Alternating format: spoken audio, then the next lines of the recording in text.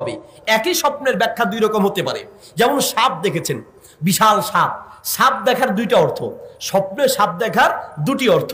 এক অর্থ হচ্ছে সাপ দেখার মানে হচ্ছে আপনার পিছনে শত্রু আছে, সাপ আপনাকে কামড় দিয়েছে মানে শত্রু আপনাকে পাকড়াও করবে, সাপ আপনাকে দৌড়াচ্ছে মানে শত্রু আপনাকে দৌড়াবে, সাপ আপনার আশেপাশে আছে মানে শত্রু আপনার আশেপাশে আছে। এক ব্যাখ্যা হচ্ছে শত্রু, আরেক ব্যাখ্যা হচ্ছে সাপ মানে হলো সম্পদ। সাপ আছে আশেপাশে মানে কি সম্পদ আছে, সাপ আসছে মানে সম্পদ আসছে। সাপ দেখার আরেক অর্থ হচ্ছে কি সম্পদ।